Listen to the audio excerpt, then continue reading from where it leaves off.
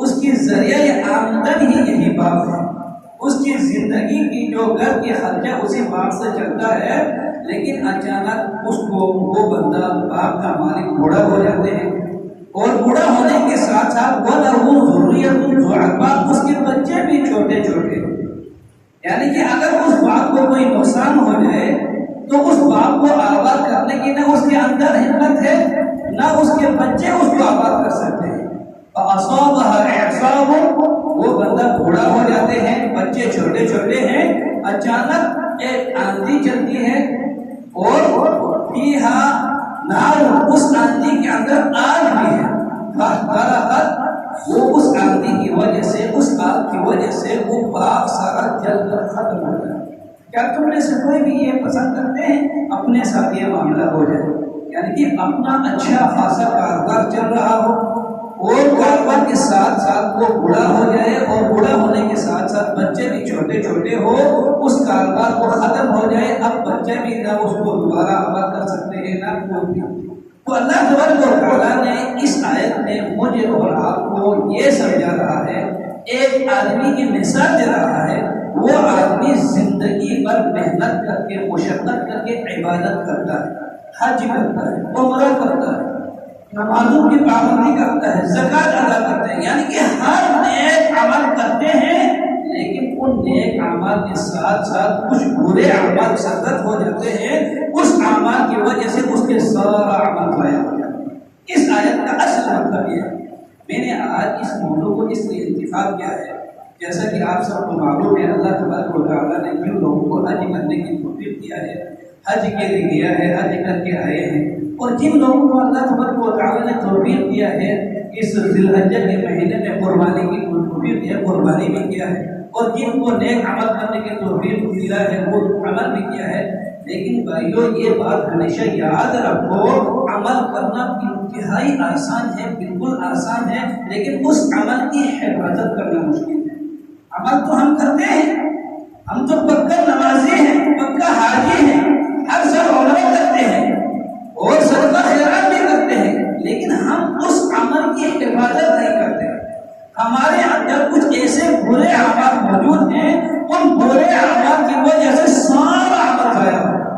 عمل کی قبولیت کے لیے آپ لوگ ہمیشہ سنتے ہوں گے 4 شروط ہیں۔ سب سے پہلا عمل کرنے والے کی عقیدہ تو صحت العقیدہ،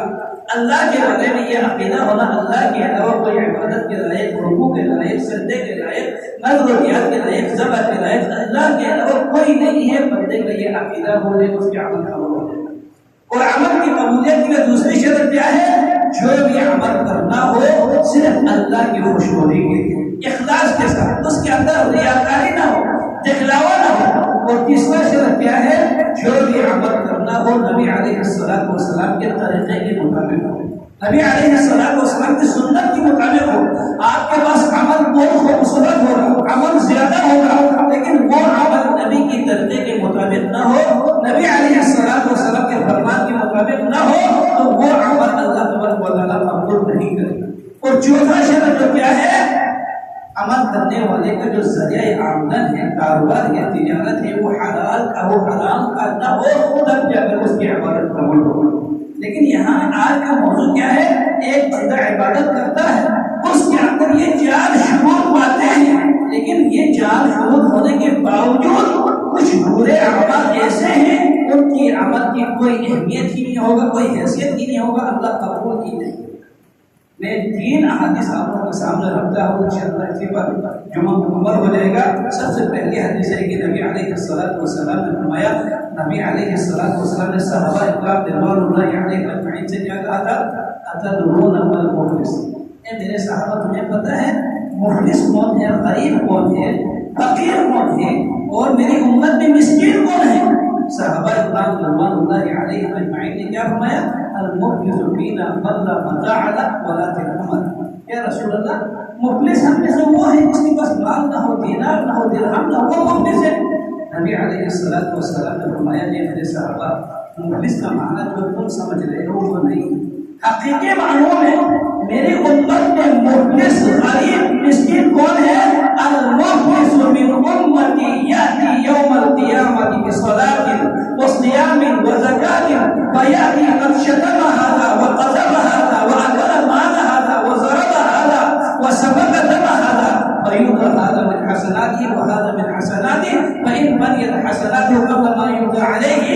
اخذ من خطاياهم فطرح عليه ثم طرح في النار او كما قال عليه الصلاه والسلام. اے میرے صحابہ، میری امت میں سب سے بڑا مخلص،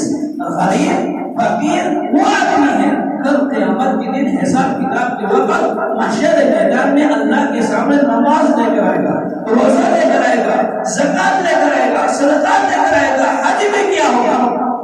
یاتی اشهد هذا، یہ سارا عبادت کے سامنے ایک بندہ کھڑا ہوگا، اس نے گالی دیا ہوگا، اس کو برا بلا کہا ہوگا، یاتی اشهد هذا وقسم هذا، اتنے نیک اعمال کے ساتھ کسی کے اوپر بہتان لگایا ہوگا، تہمت لگایا ہوگا، وصلب هذا، اتنے اعمال کے ساتھ کسی کو مارا ہوگا، واکل مال هذا، کسی کا مال غصب کر کے ناحق کھایا ہوگا، وسفك دم هذا، کسی کو قتل کیا ہوگا، ہوا بہایا ہوگا، ایوسا هذا من حسناتی وهذا من حسناتی، اس ظالم کے جو ایک اعمال سارا اور مظلوم کو دیا جائے گا، جس کو گالی دیا نیکی اس کو دیا جائے گا، جس کے اوپر تہمت لگایا اس کو اس کی نیکی دیا جائے گا، فإن بقيت حسنات، اگر اس کی نیکیاں سب ختم ہو جائے مظلوموں کو دے کر، لیکن اس کے پاس مظلوم ابھی کھڑا ہے، نیکیاں تو مظلوم کو دے کر ختم ہو گیا، لیکن جن کے اوپر دنیا میں ظلم کیا تھا، جن کو مارا تھا، جن کا حق دبایا تھا، جن کو گالی دیا تھا، سب کو نیکی دے دے کر اس کی نیکیاں ختم ہو جاتے ہیں، لیکن ابھی مظلوم کھڑا ہے، تو اللہ تبارک و تعالیٰ کیا حکم کرے؟ ایوب هذا من حسناتی وهذا من حسناتی فإن بقيت حسنات، اگر نیکیاں ختم ہو جائے، اخذ من خطاياهم، جن کے اوپر ظلم کیا، جن کو مارا، جن کا کھایا، جن کا پیا، ان کے گناہ کو اس کے اوپر ڈال کر ان کو جہنم میں ڈالا۔ اتنا سخت حدیث ہے، صحیح مسلم کی حدیث ہے، نبی علیہ الصلوۃ والسلام کی حدیث کیا ہے؟ نماز لے کر آئے گا، روزہ لے کر آئے گا، حج لے کر آئے گا، زکات لے کر آئے گا، اتنا نیک عمل کیا ہوگا، لیکن ان نیک عمل کے ساتھ ساتھ حقوق العباد کا خیال نہیں رکھا ہوگا۔ یہ جو گناہ کا اس حدیث میں ذکر ہوا ہے، ان گناہوں کو ہم معمولی سمجھتے ہیں، معمولی باتوں پر دوسروں کے اوپر تہمت لگاتے ہیں، بہتان لگاتے ہیں۔ میں نے ایک واقعہ پڑھا تھا مدینے کے اندر، امام مالک رحمہ اللہ کے دور میں ایک عورت بہت ہو گئی تھی، تو اس عورت کو غسل دینے کے لیے ایک عورت آئی تھی، وہ عورت اس کو میت کو غسل دیتے وقت اس کی ران پر ہاتھ رکھ کر اس عورت نے کیا کہا تھا؟ غسل دینے والی نے، اس عورت کی فلاں مرد کے ساتھ تعلقات تھا، یہ کہنا ہی تھا، وہ اس غسل دینے والی عورت کے ہاتھ اس میت کی ران کے ساتھ چپک گیا، اس سے الگ ہی نہیں ہو گیا۔ لوگوں نے الگ کرنے کی کوشش کیا، وہ میت اس کے ساتھ آ رہا ہے لیکن ہاتھ اس کے ران سے الگ نہیں ہو۔ ادھر لوگوں نے شور کیا، میت کے گھر والوں نے کہا اب اس ہاتھ کو غسل کرنے والی، غسل دینے والی عورت کے ہاتھ کاٹ کر اس میت کے اندر بن کیا جائے، لیکن ان کے خاندان نے وہ نہیں مانا، تو دوسروں نے کہا اب اس عورت کی جو ہاتھ اس کے ساتھ جبر کیا ہے اس کا حصہ کاٹ کر اس عورت کے ہاتھ کے ساتھ الگ کیا جائے، وہ دوسرے خاندان نہیں مانا۔ اس وقت امام مالک رحمہ اللہ مدینہ میں تھے، تو امام مالک کے پاس یہ مسئلہ پیش آیا، لوگ اس کے بعد فیصلہ کیا گیا، تو امام مالک نے اس عورت سے پوچھا کہ تم نے غسل دیتے وقت اس عورت کے متعلق کچھ باتیں کیا تھا؟ اس نے کہا میں نے یہ باتیں کیا تھا، تو امام مالک نے کیا فرمایا؟ جس نے بہتان لگایا ہے، تہمت لگایا ہے، اب اس کے اوپر 80 کوڑا مارا جائے۔ امام مالک کے حکم سے 1 کوڑا مارا، 2 کوڑا مارا، 3 کوڑا مارا، جب تک پورا 80 مکمل نہیں ہو گیا اس عورت کے ہاتھ اس رات سے الگ نہیں ہو گیا۔ آج ہم معمولی باتوں پر لوگوں کے اوپر تہمت، بہتان، الزام لگاتے ہیں، کتنا خطرناک ہونا ہے۔ سامعین مطلب میں نے شروع میں بتایا عمل کرنا بہت آسان ہے لیکن اس کی حفاظت کرنا مشکل ہے۔ اس حدیث پر غور کرو، نماز بھی پڑھا ہوگا، روزہ بھی رکھا ہوگا، حج بھی کیا ہوگا، عمرہ بھی کیا ہوگا، لیکن اس کے ساتھ ساتھ لوگوں کے حقوق اور عبادت کا حسن خیال نہیں رکھا ہوگا۔ دوسری حدیث نبی علیہ السلام نے فرمایا لا اعلمن اقواما من امتی یاتون یوم القیامة بحسنات امثال جبال تهامة فیجعلها الله هباء منثورا فقال ثوبان صفهم وجلهم الا نكون منهم يا رسول الله قال الا انهم من اخوانكم ومن جلدتكم ويأخذون من الليل كما تأخذون ولكن اذا دخلوا بمحارم الله انتهكوا۔ یہ حدیث میں اتنا سخت ہے کہ علیہ السلام نے فرمایا میں اپنی امت میں ایسے لوگوں کو بھی جانتا ہوں جو کل قیامت کے دن تہامہ پہاڑ کے برابر نیکیاں لے کر آئے گا۔ نہیں ہے، سوریا میں بھی بہت بڑا پہاڑ ہے۔ نبی علیہ السلام نے فرمایا میں اپنی امت میں ایسے لوگوں کو بھی جانتا ہوں جو کل قیامت کے دن اللہ کے سامنے حساب کتاب کی وقت محشر میدان میں تہامہ پہاڑ کے برابر نیکیاں لے کر حاضر ہوں گے۔ فَيَجْعَلَهُ اللَّهُ هَبَاءً مَنْثُورًا، اللہ تبارک و تعالیٰ اس پہاڑ کے برابر نیکیوں کو ہوا میں ذرہ کی طرح اڑا دینا، اس کو قبول ہی نہیں کرے گا۔ فَيَجْعَلَهُ اللَّهُ هَبَاءً مَنْثُورًا، ذرہ کی طرح اللہ تعالیٰ ہوا میں اڑا دے گا، اس کو قبول ہی نہیں کرے گا۔ اس حدیث کا راوی ثوبان رضی اللہ عنہ ہے۔ ثوبان رضی اللہ عنہ پریشان ہو کر حیران ہو کر نبی علیہ السلام سے سوال کرتے ہیں، یا رسول اللہ صدقهم وجرهم الا نكون منهم، یا رسول اللہ وہ کون ہے، ان کی نشانی بتاؤ، ان کی علامت تو بتاؤ، کہیں ہم ان میں سے تو نہیں ہے جن کے عمل ضائع ہو۔ نبی علیہ السلام نے کیا ہوتا ہے، ثوبان الا انهم من جلدكم الا انهم من اخوانكم، ثوبان جن کے عمل ضائع ہوں گے، تہامہ پہاڑ کے برابر ہوں گے، وہ ضائع کرے گا، وہ قبول نہیں کرے گا، وہ تمہارے ہی بھائی ہوں گے، وہ من جلدکم تمہارے خاندان سے ہوں گے، وَيَخُرُونَ مِنَ اللَّيْلِ كَمَا تَأْخُذُونَ، جس طرح کے تم رات کو تہجد پڑھتے ہیں اسی طرح وہ لوگ بھی تہجد پڑھتے ہوں گے، لیکن اذا دخلوا بمحارم اللہ انتهكوها، لیکن خلوت میں حرام کرنے کا موقع مل جائے، حرام کھانے کا موقع مل جائے، وہ بھی ساتھ کر ڈالتے۔ ایسے لوگوں کے عمل اللہ کا رحمت میں ضائع ہے۔ یہ حدیث کی صحیح حدیث ہے، میرے خیال میں سنن ابن ماجہ میں ہے۔ اللہ کے رسول نے کہا میں تہامہ پہاڑ کے برابر نیکیاں ہونے کے باوجود اللہ ان کے عمل کو قبول نہیں کرے گا، ضائع کرے گا۔ کیوں؟ نماز تو وہ پڑھتے تھے، روزہ تو وہ رکھتے تھے، سود کھانے کا موقع ملے تو سود بھی کھاتے تھے، رشوت کھانے کا موقع ملے تو رشوت بھی کھاتے تھے، سامان میں مال میں ملاوٹ کرنے کا موقع ملے تو ملاوٹ بھی کرتے تھے، حرام کھانے کا موقع ملے تو حرام بھی کھاتے تھے۔ ایسے لوگوں کے اعمال اللہ تبارک و تعالیٰ کے رحمت میں ضائع کرے گا۔ یہ دوسری حدیث ہے، دونوں حدیث کی اتنا سبق ہے۔ آج ہم کتنے، بلکہ ہمارا معمول ہم نے یہ سمجھا ہوا ہے اسلام صرف مسجد کے چار دیواری کے اندر ہے، اسلام صرف 5 وقت کی نماز کا نام ہے، اسلام صرف رمضان میں روزے کا نام ہے، باقی مسجد کے باہر ہمارا مرضی چلے گا، ہم نے یہ سمجھا ہوا ہے۔ حالانکہ تم اسلام کے اندر پورے کا پورا داخل ہو جاؤ، ہماری خوشی، ہماری غمی، ہماری سیاست، ہماری تجارت، ہماری کاروبار سب اسلام کے مطابق ہونا چاہیے۔ یہ نہیں کہ صرف 5 وقت نماز پڑھ لیا ہم مسلمان ہو گیا، ہم پکا مومن بن گیا، صادق ہو گیا، نہیں، ہماری پوری زندگی اسلام کے مطابق ہونا چاہیے۔ آپ کی خوشی اسلام کے مطابق، آپ کی غمی اسلام کے مطابق، آپ کی سیاست اسلام کے مطابق، آپ کی تجارت اسلام کے مطابق، تب جا کر ہم صحیح معنوں میں مسلمان ہو جائیں گے۔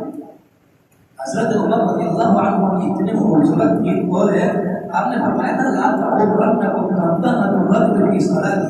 کسی کی خوبصورت نماز دیکھ کر تم دھوکے میں مت آؤ، ایک بدتر مومن ہے۔ عمر کے الفاظ ہیں، عمر کا قول ہے لا تغرنکم تنتنۃ الرجل فی صلاۃہ، کسی کی خوبصورت خشوع خضوع میں نماز دیکھ کر تم دھوکے میں مت آؤ، ایک بدتر نہیں بنتا ہے۔ ولكن انظروا الى حال الحبيب وديناره، اس کی معاملات دیکھو، لوگوں کے ساتھ دین کس طرح کرتا ہے، کاروبار کس طرح کرتا ہے، تجارت کس طرح کرتا ہے، دینار و درہم کا معاملہ کس طرح، یہ دیکھو، اصل چیز تو یہ ہے۔ اور حضرت عمر نے یہاں تک فرمایا لا تنظروا الى صيام احد ولا الى صلاته، کسی کی نماز روزے کی طرف تم نہیں دیکھنا ہے، ولكن انظروا الى من اذا حدث صدق، اس آدمی کے دیکھو طرف وہ جھوٹ تو نہیں بولتا ہے، کاروبار میں، تجارت میں، معاملہ میں کسی کا جھوٹ تو نہیں بولتا ہے،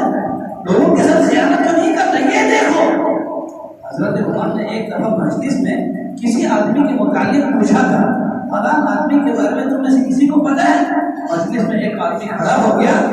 گواہی دیا وہ بہت نیک بندہ ہے۔ حضرت عمر نے ڈائریکٹ اس کی گواہی قبول نہیں کی، بلکہ کیا ہوا ہے، جس کے بارے میں تم نیکی کی گواہی دیا ہے، کیا تم نے کبھی اس کے ساتھ سفر کیا ہے؟ نہیں کیا ہے۔ کبھی تم نے اس کے ساتھ لین دین تجارت کیا ہے؟ اس نے کہا نہیں کیا ہے۔ تو پھر تم نے صرف اس کو مسجد میں رکوع کرتے ہوئے سجدہ کرتے ہوئے دیکھا ہوگا۔ اس نے کہا کہ میں نے اس لیے گواہی دی۔ عمر نے کہا نہیں، اصل گواہی کبھی تم اس کے ساتھ سفر کر کے،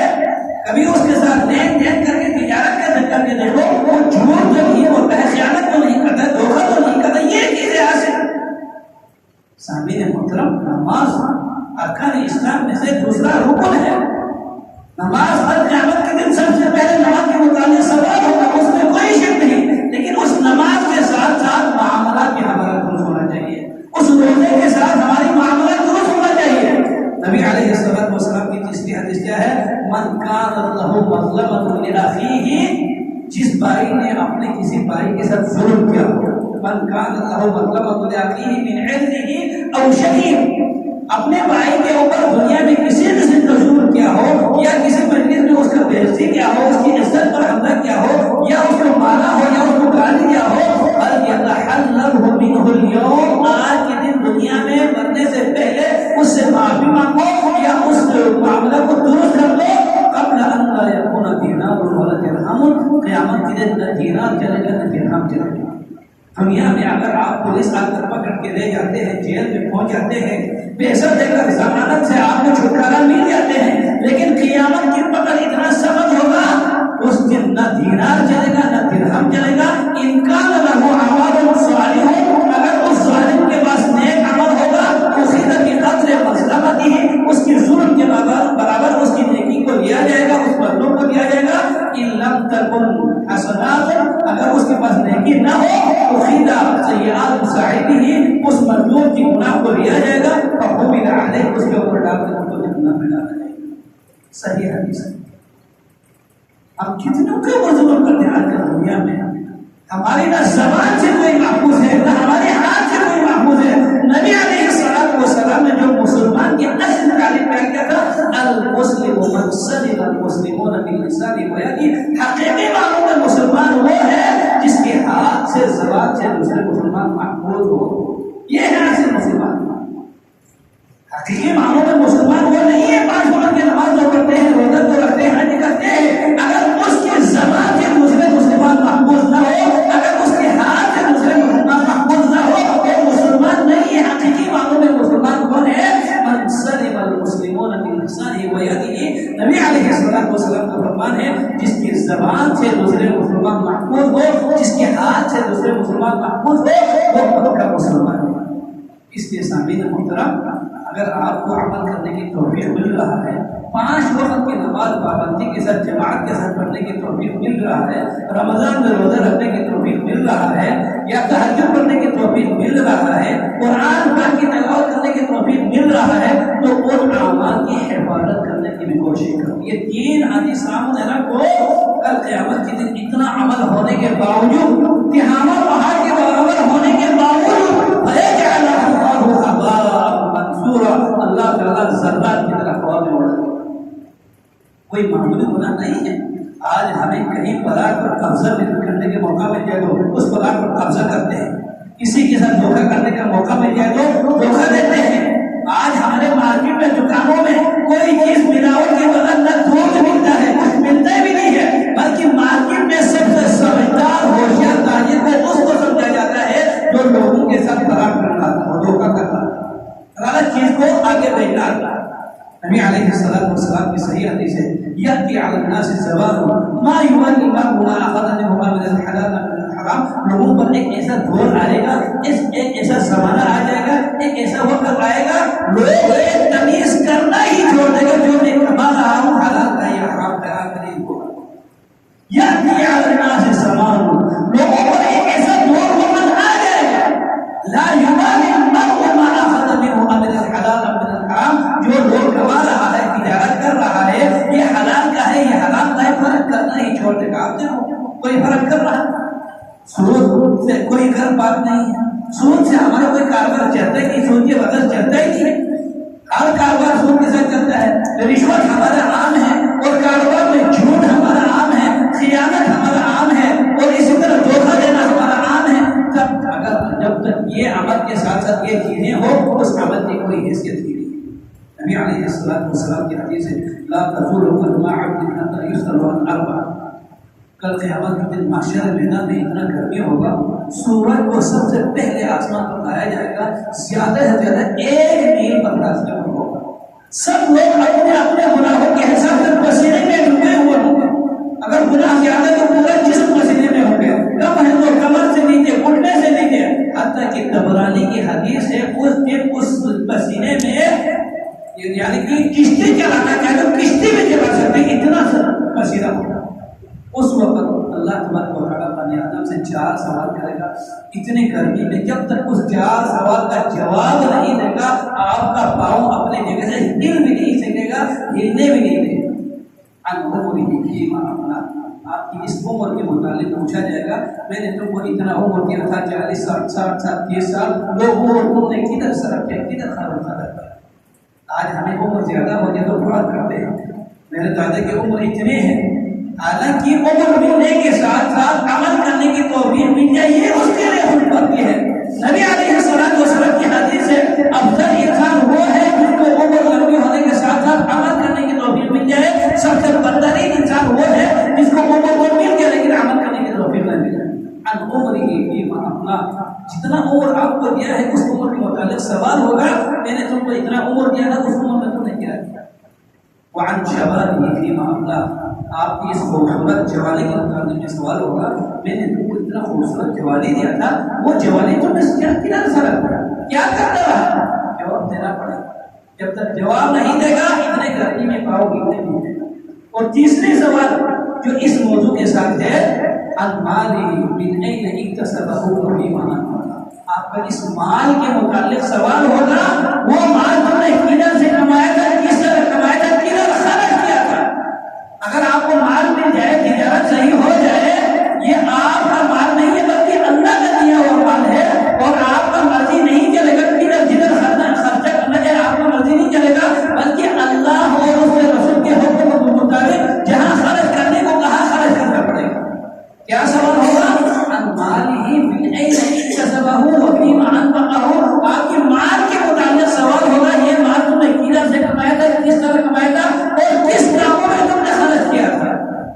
آج ہمیں تمیز نہیں کرتے بلکہ ہمیں جہاں اللہ اور اس کے رسول نے خرچ کرنے کو حکم دیا وہاں خرچ نہیں کرتے ہیں، فضول خرچی ہم کرتے ہیں، قربانی ہم نہیں کرتے ہیں، عقیقہ ہم نہیں کرتے ہیں، اگر اور ہو جائے تو ہم صبر کرتے ہیں اور اللہ کے نام پر دیتے ہیں، اگر کوئی محنت کی طبیعت تو اس میں ہم خرچ کرتے ہیں، اللہ کے نام پر ہم دیتے ہیں، لیکن جہاں اللہ کے رسول نے خرچ کرنے کو کہا، قربانی کو کرنے کو کہا، عقیقہ کرنے کو کہا، وہ کرنے کے لیے تیار نہیں ہے۔ اور چوتھا سوال کیا ہوگا؟ آپ کی اس علم کے مطابق میں سوال ہوگا، مسجد میں تم روزانہ جاتے تھے، دروس سنتے تھے، خطبے سنتے تھے، جو خطبے میں جو تم نے حدیث سنا تھا، حلال حرام کے بارے میں حدیث سنا تھا، نماز کی اہمیت کے متعلق حدیث سنا تھا، اس حدیث کے متعلق تم نے کتنا عمل کیا جواب کے لیے پوچھا جائے گا۔ آج ہم خطبہ سن کے واپس جاتے ہیں، کوئی حدیث پر عمل کرنے کے تیار نہیں، کل قیامت کے دن اسی علم کے متعلق سوال ہوگا، تم نے جو علم حاصل کیا تھا، حدیث سنا تھا، اس کے مطابق تم نے عمل کیا تھا یا نہیں کیا۔ اس لیے سامعین محترم، مختصراً آج کے خطبے کا خلاصہ یہی ہے، عمل کرنا بالکل آسان ہے لیکن اس کی حفاظت کرنا مشکل ہے۔ اللہ کی وجہ سے اگر عمل کرنے کی توفیق مل گیا ہے تو اس کی حفاظت کرنے کی کوشش کرو، حقوق العباد کا خیال رکھو۔ علماء نے لکھا ہے حقوق العباد حقوق اللہ سے بھی آگے، حقوق اللہ میں اگر کوئی کمی کوتاہی ہو جائے تو اللہ چاہے تو معاف کرے گا، لیکن حقوق العباد جب تک وہ بندہ معاف نہیں کرے گا اللہ اپنے مدد کو معاف نہیں کرے گا۔ اللہ تبارک و تعالیٰ سے جو اللہ تعالیٰ ہمیں سننے کے مطابق اس پر عمل کرنے کی توفیق عطا فرمائے۔ وآخر دعوانا الحمد للہ رب العالمین۔